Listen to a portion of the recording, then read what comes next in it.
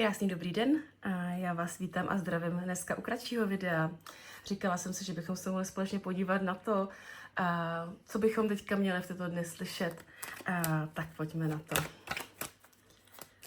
Tak. Je tady kolo osudu, takže něco se otáčí v dobrém.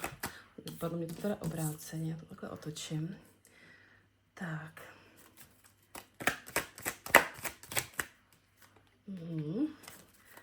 Tady nějaká akce, nějaký vztah, nějaké spojení, karmické, co znamená, nějak se posouvají tyto vztahy. A další dobu už mě vychází v kartách, že vlastně teďka to období je takové ve znamení uzavírání nebo zpracovávání těch karmických vztahů. Vy jste teda jako královna mincí, jako žena v krásných energiích, stabilních, ale možná, že tyto vztahy vás poslední dobou hodně ovlivňovaly, nicméně tady to vypadá, že se to bude dobře obracet, že se to bude zpracovávat. Velekněz, silná intuice, silné morální vedení, opravdu tady je posun. Možná, že právě v tyto dny, a dejte mě určitě do komentáře, jestli tohle zažíváte, že se vám vlastně jako uzavírají tyhle ty vztahy. Tak. Je tady opravdu jako radost, naplnění, rodinné naplnění, posun před od takových lidí. On ten král holí je v takových jako vášnivých energiích a říkám, teďka mi často vypadává i při osobních výkladech. Muž, který je zaměřen na fyzično, který jako nehledá opravdové spojení, který hledá vášeň, dobrodružství. Hlídáte si tady, nebo začala jste si hlídat energii svojí, přijímání a dávání, jo? Taková žena v rovnováze, v krásných energiích, ve stabilitě, v radosti, naplnění. A slyším tady takový vzkaz, tohle už nechci, jo? Tohle jako, to není pro mě. Možná se tady ještě bude nějaký konflikt dočišťovat, dořešovat, nějaký spor, ale opravdu je tady nový začátek, úplně nový cyklus. Krásný. A zase tady je muž chladný, racionální, který jako nemá třeba city, nemá empatii, není citově otevřený. Možná, že se bude ozývat, jo, v tyto dny. Připravte se na to, že tam možná bude nějaká zpráva od něj s nějakou nabídkou. Na finanční, možná nějakou takovou, která zní velice jako hezky, ale vy už víte, že to nechcete, jo. Třeba pojď, uděláme si spolu dítě, pojď, vezmeme se. Já sice jsem tak trošku ženatý, ale to skončí, že jo, brzo. Ne, pokud ten člověk to neudělá do teďka, tak to pravděpodobně neudělá. Jo, ale vlastně jako vy ho spíš přitahujete fyzicky. Nechce se vzdávat jako toho fyzického potěšení, jo, i když bude tvrdit, miluju tě, chci tě mít na vztah. Já nevím, pojďme na drahou večeři, pojedeme na drahou dovolenou. Vy už tohleto nechcete. Vy už nechcete si nechat brát svoji energii. Je tady opravdu poustevník. Takže ty karty vás nabádají, abyste vlastně odstoupila od té zátěže. Vy vlastně energeticky cítíte, že tohle vás tahá dolů, že jste nešťastná v tom. I když jako třeba ten mozek říká, tak podívej, on ti tvrdí, že se změní, podívej, on tě vezme jako na krásnou dovolenou, podívej, užij si s tím krásný chvíle. Ta duše už ví, že to nechce, že jí to strašně zatěžuje.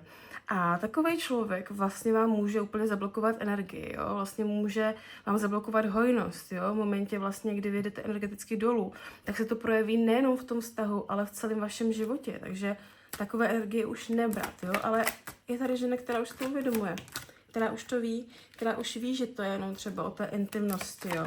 Že to je o té posteli. Myslím si, že se k vám a tento člověk zase blíží. Možná, že se třeba dlouho neozval, jo? To je přesně ta energie, kdy ten člověk jako chvilku jo, chvilku ne. A je to strašně nekonzistentní to chování. Podle toho to poznáte, jo? Tak spadla karta a zrovna spadla věž, jo? Jsou přesně tyhle energie. Tak, vzkaz pro tyto dny je, posouvají se vaše vztahy z těch karmických, které vás měly něco učit, které byly bolestivé, do větší harmonie. A připravte se na to, že vlastně možná v tyto dny se ozve nějaký člověk, který, se kterým jste byla třeba ve vztahu nebo v nějakém polovztahu, který může být klidně zadaný, ženatý. Přijde vám nějakou nabídkou, ale ten člověk chce jenom to fyzično. A tenhle člověk neumí dávat zralé city, je hodně v rozumu, takový egoistický. Přijde s nějakou velice jako lákavou nabídkou, jo? Prostě, která se může týkat peněz nebo společného života.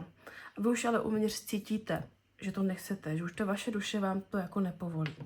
Jo? Ten člověk opravdu vás chce jenom pro to tělesno. A je tady taková zpráva, buďte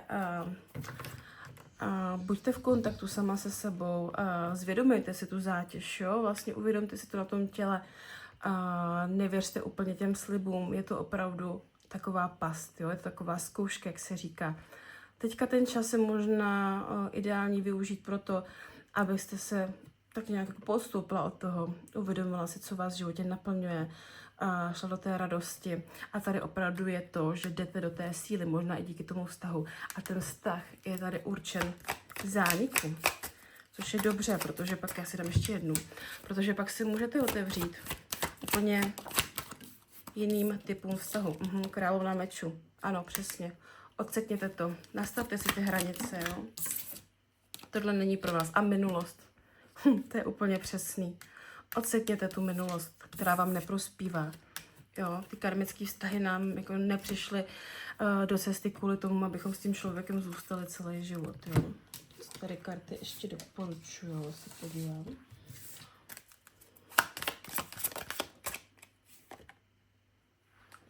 Jo, ten člověk vám opravdu může nabídnout nějakou pohádkovou cestu někam, jo, takové líbánky.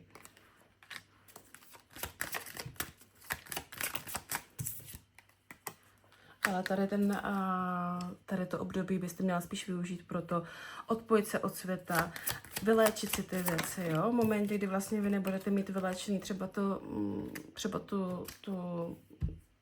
tu duši, tu bolest, tak budete přitahovat stále ty karmické vztahy a budete se v tom furt točit, jo.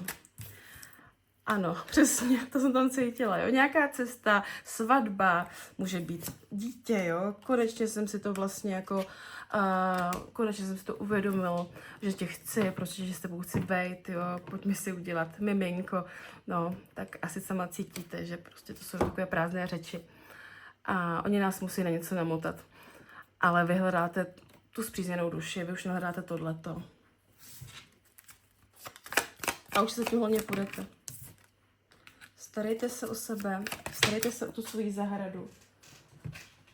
Tvořte. Teďka je ten ideální čas, jo, na to tvořit s tím jarem. Tak napadá jako zahradničte i, pokud máte možnost. Přesně, a tohleto už nebrat pokřivené mužství, jo. Podíváme na tu kartičku. Ano, to je přesně ta energie těch karmických mužů, těch mužů, kteří jako nedozráli ještě v to ego. Vidíte, to jsou úplně jiné energie. Pokřivené mužství a posvátná žena, jo. Nemůže posvátná žena být s tím mužem, který má to mužství pokřivený. To prostě nejde. Přesně tak, nastavujte si hranice.